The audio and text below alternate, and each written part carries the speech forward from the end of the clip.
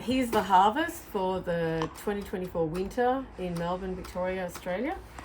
I think this is a record. I haven't counted the individual ones, but we will, and I'll put the number in the text at the bottom of the video. We've had to harvest them, as mentioned earlier, because they were being eaten by possums primarily, who are also starting to damage the leaves, which is a real issue, and they can actually kill trees. I've known people to have trees just be demolished by possums, unfortunately. We've had rat issues in the past too, where we've enclosed the fruit with bird wire to help stop that. But these are no good for anything. They'll go into the worm farm. Small damage like this is okay. You can see that's even kind of sealed itself over. And you can stick this fruit in a fruit bowl with apples or bananas to release ethylene, or on a warm windowsill, and this will ripen, and you'll only have to cut off a small amount. The rot won't go right through the fruit from the damage. So small amount of damage, not a problem. There's the other damage that we've got, which I haven't looked this up, but I don't think it's sun scald. It's a kind of a crazing. I'm pretty sure it's just from wind damage of the branches over the fruit. Storm damage. It doesn't really hurt the fruit inside. So not a bad number. We're really happy, and this is about a 15 or so year old bacon avocado tree grown in the cool climate of Melbourne, Victoria, Australia.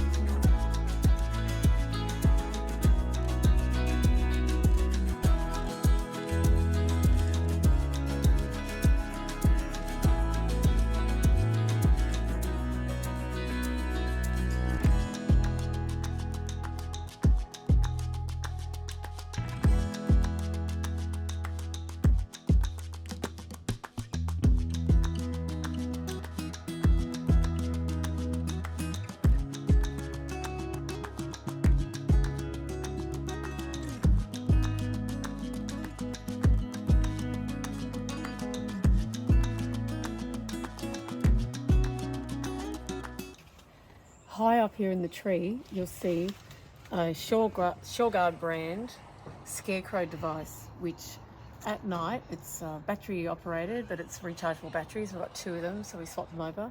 We've strapped it in the tree with these reusable, removable cable ties, zip ties. And we've got reasonable results with scaring away the possums and rats, which are the things that are eating the fruit. And at night it throws flashing lights around within the tree canopy, which tends to frighten off rats and possums, although they do get used to it, unfortunately, eventually. But it works a bit during the harvest period. It also emits a high-pitched noise that only rats and similar creatures can hear, and so it's uncomfortable for them, so they don't want to go there.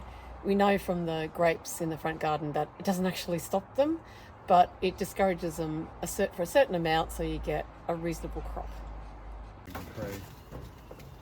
Okay, you good? Yeah, go ahead. Okay, up out here. Snag that and push that off.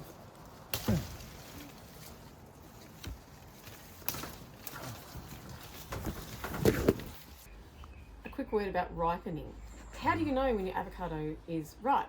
Well, they don't ripen on the tree. You need to know when your variety is going to be ripe in your area. Bacon avocado is generally ripe between May, or generally ready to pick between May and July. This is early June in Melbourne, so it's mid-time. As I mentioned before, some of the fruits are of good size, but a lot of them are a bit smaller. That's just the way it's been this year. However, we haven't been able to leave them on the tree to get bigger because of the pest issue. So how can you tell besides the chart? Approximately when your fruits say that, or the charts say they're ready to be picked, pick a couple, put them in a warm room on a windowsill or next to some apples or bananas in a fruit bowl, and wait about 2 weeks or so. If they don't ripen after that period of time, then it's too early. So that way you can wait a little bit longer and then do another experiment, pick another one or two, leave them to ripen, see what happens. And the other thing to note is that one of the ways you can tell when your avocado is getting ready to be picked and ripened off the tree, as they do, is that the stem starts to turn yellow like this one. That doesn't mean that this one couldn't have got bigger had it been left on the tree, but that wasn't a possibility. So yeah, you can look for stems starting to yellow. Whichever way you do it, grow your avocados in your cool climates, pick your avocados. They're a fantastic backyard permaculture plant, and you can get a big harvest to enjoy and share.